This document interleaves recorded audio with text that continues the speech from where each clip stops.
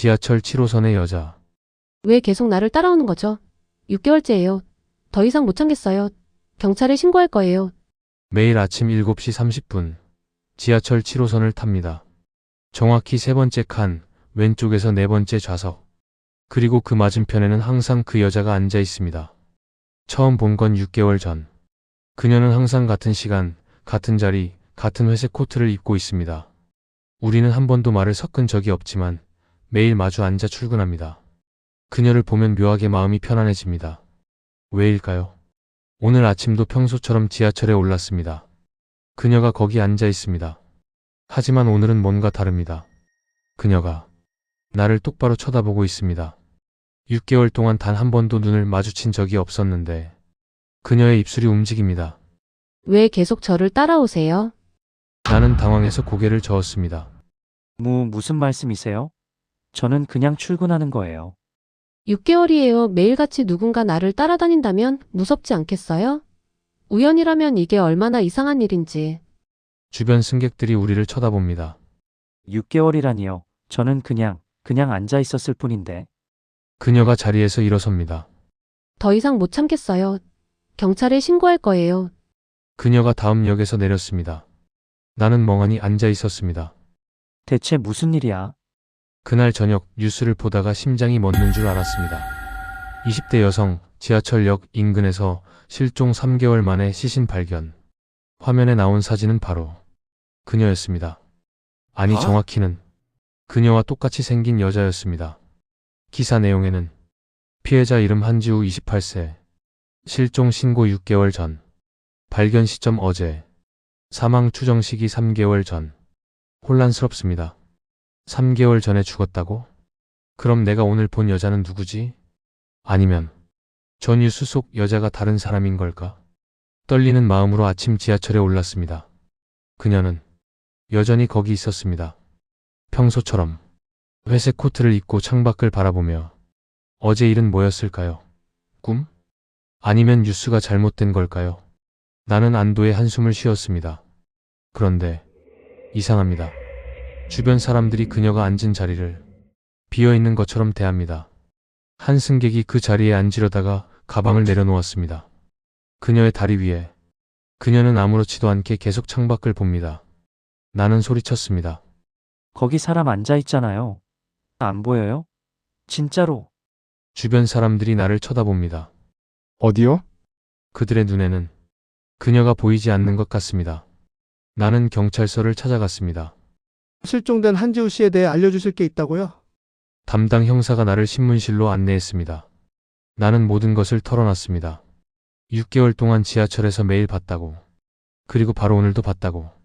형사의 표정이 점점 굳어갔습니다. 6개월 동안 매일요? 네. 형사가 파일을 꺼냅니다. 한지우 씨는 6개월 전 실종 신고가 들어왔습니다. 신고자는 오빠 한지훈 씨고요. 그런데 라며 형사가 CCTV 영상을 보여줍니다. 이게 실종 당일 아침 지하철 CCTV입니다. 화면 속에는 그녀가 있습니다. 그리고 나도 있습니다. 정확히 그녀 맞은편에 앉아서. 이게 6개월 전이라고요? 네. 그리고 이게 그 다음날. 형사가 여러 날짜의 CCTV를 보여줍니다. 매일 같은 자리에 나 혼자 앉아 있습니다. 그녀는 없습니다. 첫날 이후로 CCTV 어디에도 그녀는 나타나지 않습니다. 6개월 동안 매일 봤어요. 지하철에서요. 진짜예요. 내가 말하는 걸 보고 있던 형사는 하나 더 보여드릴 게 있습니다. 형사가 마지막 영상을 틉니다. 그 영상도 6개월 전 그날의 영상이었습니다. 그녀가 지하철에서 내립니다. 나도 따라 내립니다. 그녀가 빨리 걸어갑니다. 나도 따라갑니다. 그녀가 뒤를 돌아봅니다. 두려운 표정으로. 그리고 계단을 내려가다가 발을 헛디뎌 굴러떨어집니다. 나는 놀라서 그녀에게 달려갑니다. 그 순간 앞에서 오던 사람과 부딪혀 나도 계단 아래로 굴러떨어집니다. 영상이 끝났습니다. 이게 6개월 전 실종 당일 일어난 일입니다. 형사가 다른 사람을 불러드립니다. 40대 초반의 수척한 남자가 들어왔습니다. 피해자의 오빠 한지훈 씨입니다. 나를 보자마자 남자가 얼굴을 찡그립니다. 당신이군요. 저를 아세요? 남자가 떨리는 손으로 휴대폰을 꺼냅니다.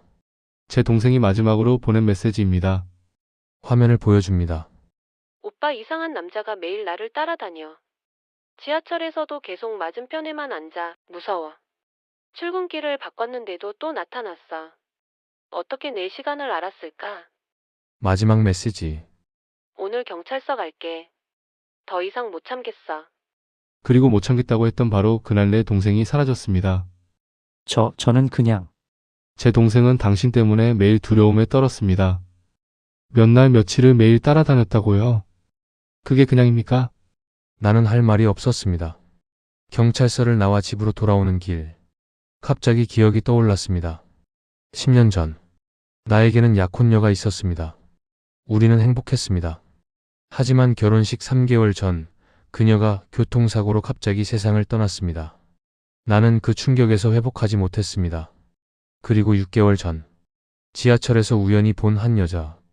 그녀가 죽은 약혼녀와 너무나 닮아 있었습니다. 나는 무의식적으로 그녀를 따라다녔습니다.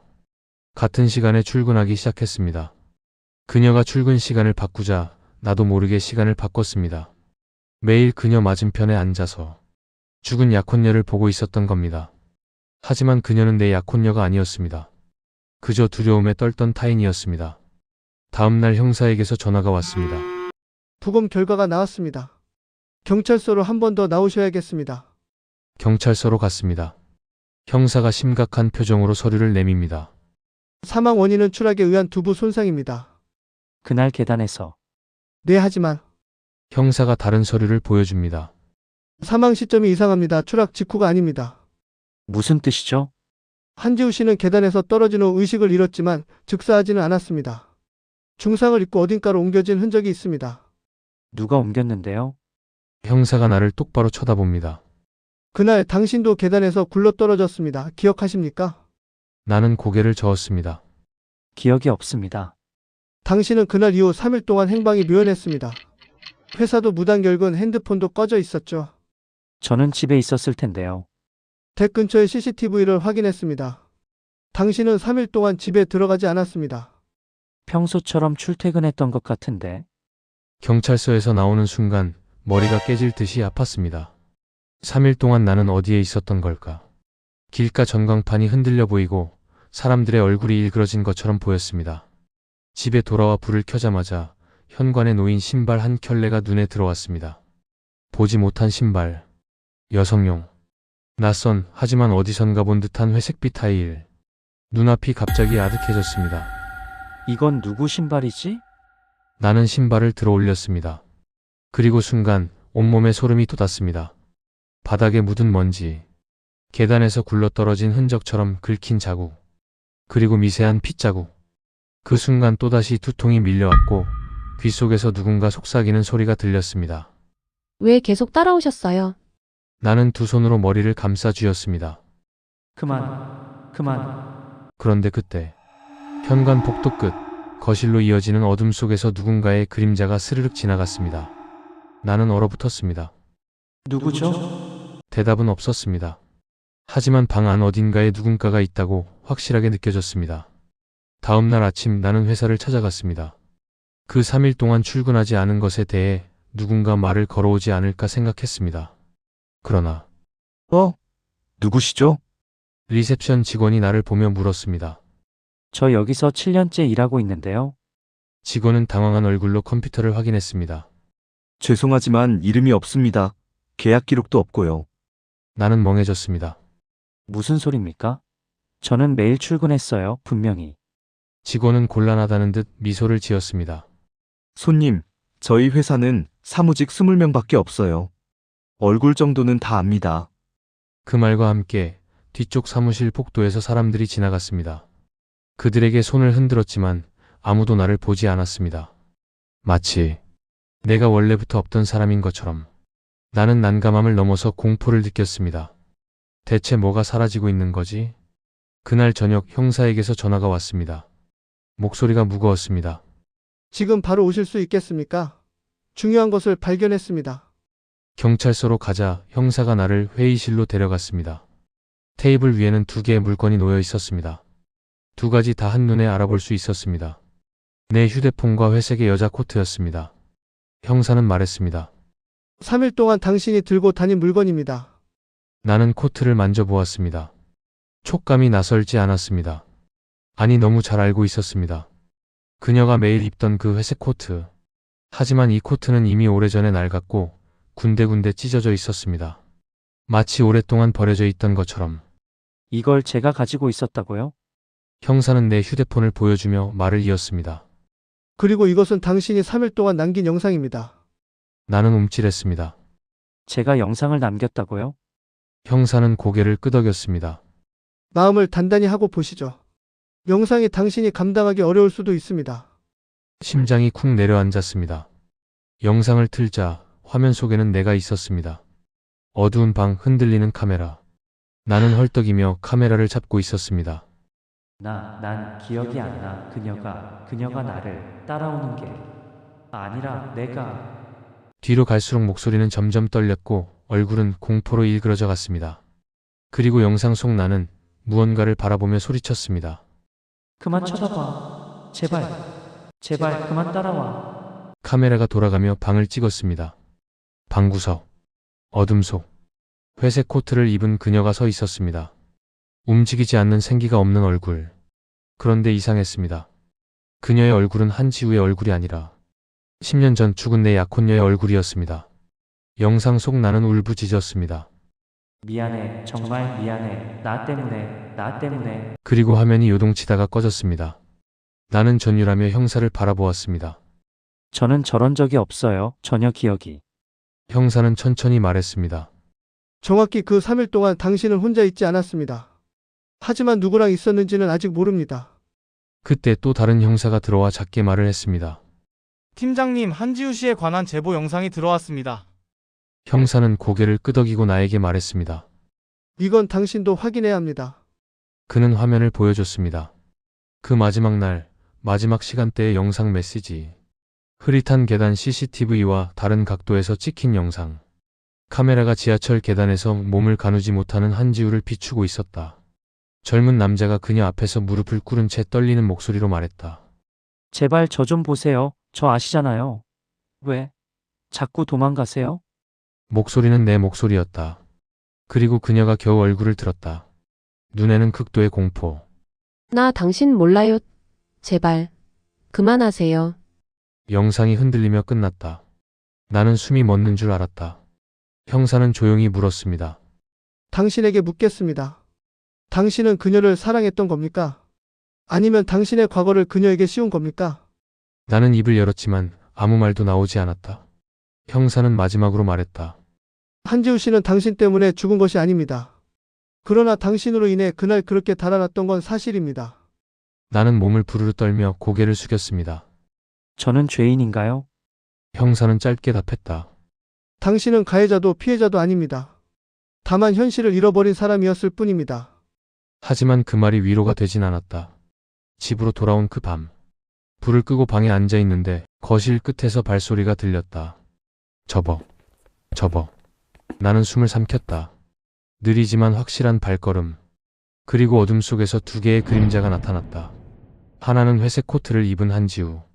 그리고 또 하나는 죽은 약혼녀. 둘은 나를 보고 있었다. 말없이. 움직이지도 않고. 나는 주저앉았다. 이제 그만. 그러자 두 사람이 겹쳐 보이기 시작했다. 얼굴이 일그러지고 형태가 뒤섞여 갔다.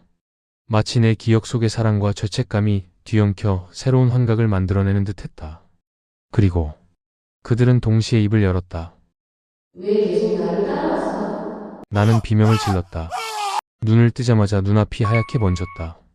코끝을 찌르는 소독약 냄새, 삐소리를 내며 규칙적으로 움직이는 모니터, 팔에 꽂힌 링거. 누군가 천천히 다가왔다. 흰 가운을 입은 중년의 의사였다. 정신이 좀 드십니까? 남자는 몽롱한 시야로 천장을 바라보다가 겨우 입을 열었다. 여기가 어디죠? 저는 어제 지하철에 있었던. 의사는 조심스레 숨을 고르고 말을 이었다. 여긴 서울재활의료센터입니다. 당신은 꽤 오랜 시간 의식이 없었습니다. 남자는 혼란스러운 얼굴로 고개를 저었다. 제가 어제 지하철에서 아니, 그 여자가 경찰서도 형사도. 의사의 표정이 조금 무거워졌다. 그는 침대 옆 탁자에서 의료 기록 파일 하나를 꺼내 펼쳤다. 그 이야기를 하기 전에 오늘 날짜가 며칠일까요? 그 질문에 잠시 침묵하던 남자는 주저하며 대답했다. 3월 22일 아침일 겁니다. 의사는 천천히 고개를 가로저었다. 아닙니다. 오늘은 9월 28일입니다. 순간 남자의 얼굴이 굳었다. 9월? 아니에요.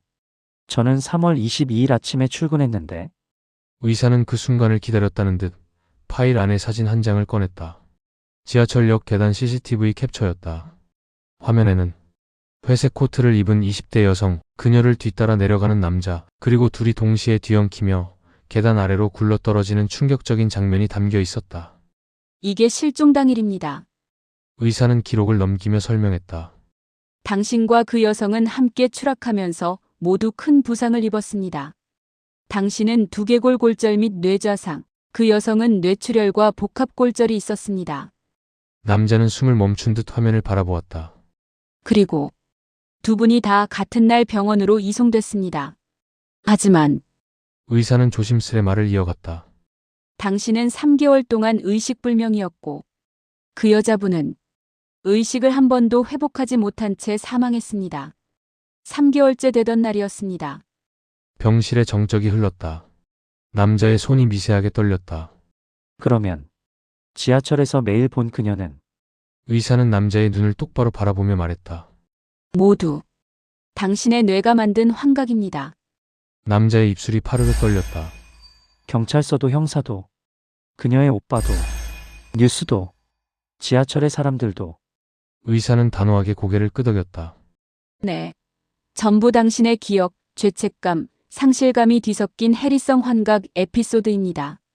의식이 돌아오기 전으로 당신은 현실과 과거, 상상 속 이미지를 구분하지 못했어요. 남자는 몸을 웅크렸다. 숨을 크게 들이켰다. 내쉬지 못했다. 그럼 저는 지금까지 어디에서 뭘 의사는 부드럽게 말했다. 당신은 사고 이후 의식불명 3개월, 그리고 각성 직후 혼란과 공포로 인해 정신과 격리병동으로 옮겨졌습니다. 사람과 기억 공간을 구분하지 못했기 때문이죠. 남자는 입을 열려 했지만 소리가 나오지 않았다. 의사는 조용히 결론을 맺었다. 하지만 이제 새 출발을 해야 해요. 당신은 살아남았고 그녀는 떠났고요. 당신이 본 모든 장면은 그녀를 잃은 당신의 마음이 만든 또 다른 세계였습니다. 눈가가 붉어지며 눈물이 천천히 흘러내렸다. 3월 22일에 멈춰있던 그의 시간은 9월 28일에 병원 침대 위에서 비로소 움직이기 시작했다.